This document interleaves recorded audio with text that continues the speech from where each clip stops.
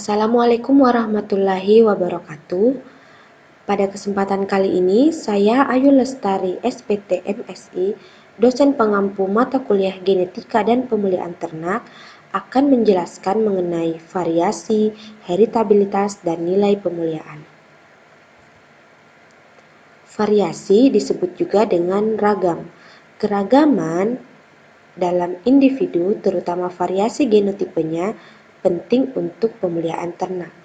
Karena populasi yang ternaknya bervariasi, akan lebih mudah untuk kita memilih individu yang akan kita seleksi untuk dimuliakan.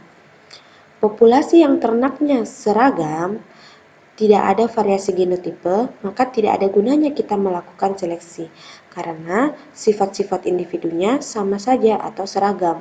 Sedangkan kalau populasi yang individunya bervariasi, kita bisa memilih dengan melakukan seleksi.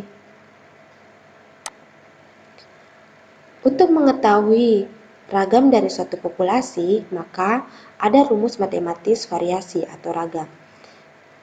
Variasi X atau varian X sama dengan sigma kuadrat X sama dengan XI dikurang X rataan dikuadratkan dibagi N.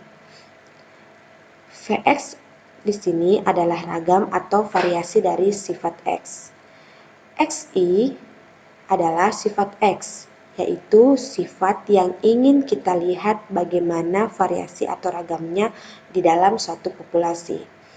X rataan adalah rata-rata dari nilai sifat X, sedangkan N adalah jumlah ternak dalam populasi itu yang kita amati. Contoh soal variasi. Ada 5 ekor domba dengan masing-masing bobot badan 5 kg, 6 kg, 7 kg, 5 kg, dan 4 kg. Tentukan ragam atau variasinya. Yang pertama kita lakukan adalah kita mencari dulu rata-rata bobot badan dengan menjumlahkan seluruh bobot badan yang ada pada populasi dibagi dengan jumlah ternak yang ada di dalam populasi. Jadi 5 ditambah 6 ditambah 7 ditambah 5 ditambah 4 dibagi dengan 5. Hasilnya adalah 5,4. Jadi rata-rata bobot badan 5 ekor domba tersebut adalah 5,4 kg. Selanjutnya kita mencari variasi atau ragamnya. Caranya adalah dengan mengurangkan sifat dari setiap ternak tersebut dikurangi dengan rata-rata sifat. Jadi, bobot badan, sifat di sini adalah bobot badan 5 kg dikurang 5,4 dikuadratkan.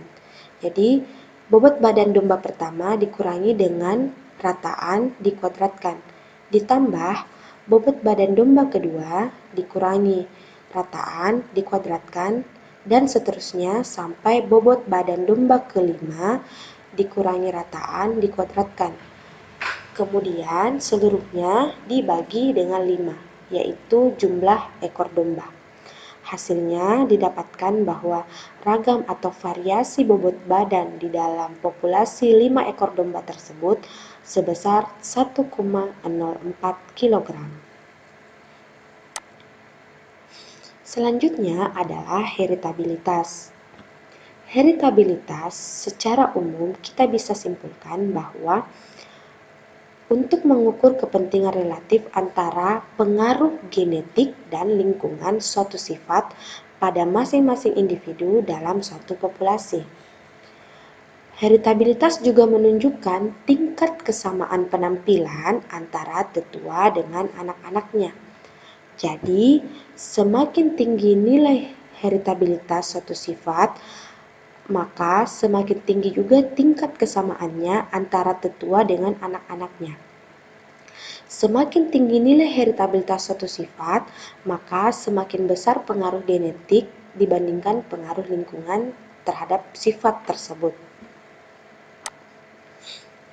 Nilai heritabilitas suatu sifat berkisar antara 0 sampai 1 atau bisa juga dinyatakan dalam persen 0 sampai 100%.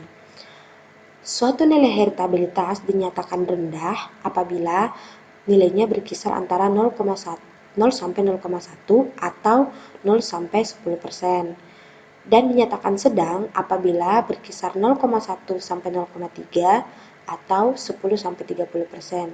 Dan nilai heritabilitas dinyatakan tinggi apabila dia lebih dari 0,3 atau lebih dari 30%. Harus diingat bahwa kisaran nilai heritabilitas dapat berbeda-beda tergantung literatur yang Anda gunakan.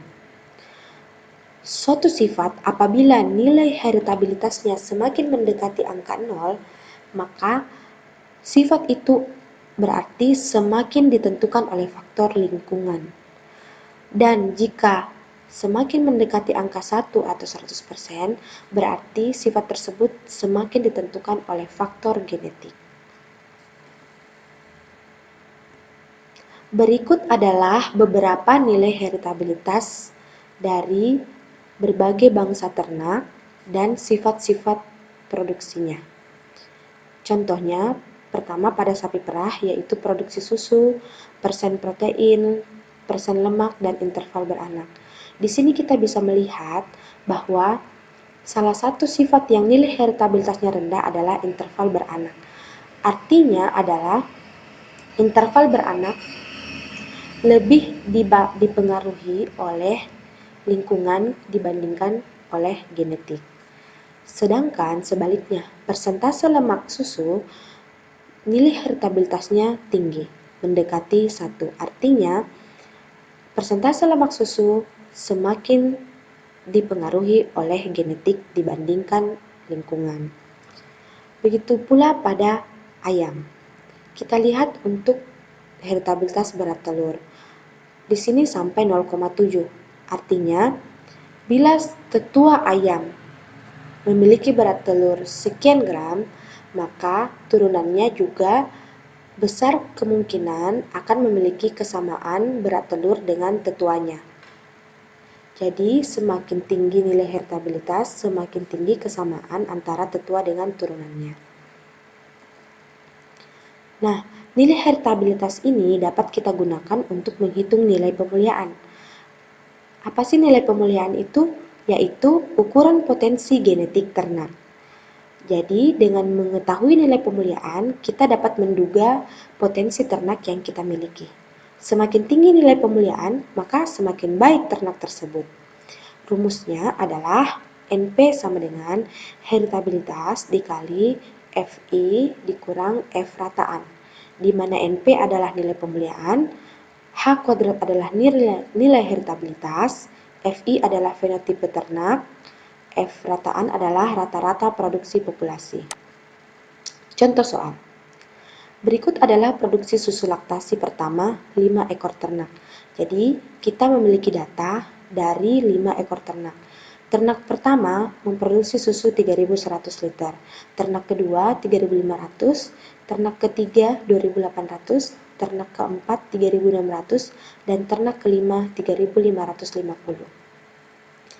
Jika diketahui nilai heritabilitas untuk produksi susu adalah 0,3, maka hitunglah nilai pemuliaannya. Dari mana kita mengetahui nilai produksi susu heritabilitasnya adalah 0,3? Kita dapat mengetahui dari tabel atau data nilai heritabilitas tiap sifat yang bisa kita cari melalui berbagai literatur ataupun internet. Nah, selanjutnya kita mencari dulu rata-rata produksi susu. Jadi, jumlah produksi susu setiap ternak dijumlahkan dibagi dengan jumlah ternak. Hasilnya, rata-rata produksi susu 5 ekor ternak itu adalah 3.310 liter. Berdasarkan perhitungan sebelumnya, maka dapat dihitung nilai pemuliaannya. Kita masukkan nilai-nilai tersebut ke dalam rumus. Maka, nilai pemuliaan untuk masing-masing ternak adalah untuk ternak nomor 1, nilai pemuliaannya 0,3 dikali 3.100. 3.100 ini adalah produksi susu ternak pertama dikurangi dengan 3.310. 3.310 ini adalah produksi rata-rata dari seluruh ternak. Hasilnya sama dengan min 63. Ini dilakukan perhitungannya untuk seluruh ternak, masing-masing ternak. Nah, selanjutnya berdasarkan hasil perhitungan, kita dapat mengurutkan nilai pemuliaannya. Jadi, tadi kita lihat ada min 63, ada plus 63, min 153, plus 87, dan plus 72. Ini adalah nilai pemuliaan masing-masing ternak. Lalu kita urutkan, kita buat tabel untuk mengurutkannya. Dari hasil nilai pemuliaan yang tertinggi ternyata adalah ternak nomor 4, plus 87, dan yang terendah adalah ternak nomor 3 yaitu min 153. Karena semakin tinggi nilai pemuliaan ternak semakin baik, sehingga dari contoh tersebut, ternak yang direkomendasikan untuk kita seleksi dan dimuliakan secara berurutan adalah sapi nomor 4, nomor 5, dan nomor 2. 3 besar, yaitu sapi nomor 4, 5, dan 2 dari nilai pemuliaan. Demikian presentasi saya. Terima kasih. Assalamualaikum warahmatullahi wabarakatuh.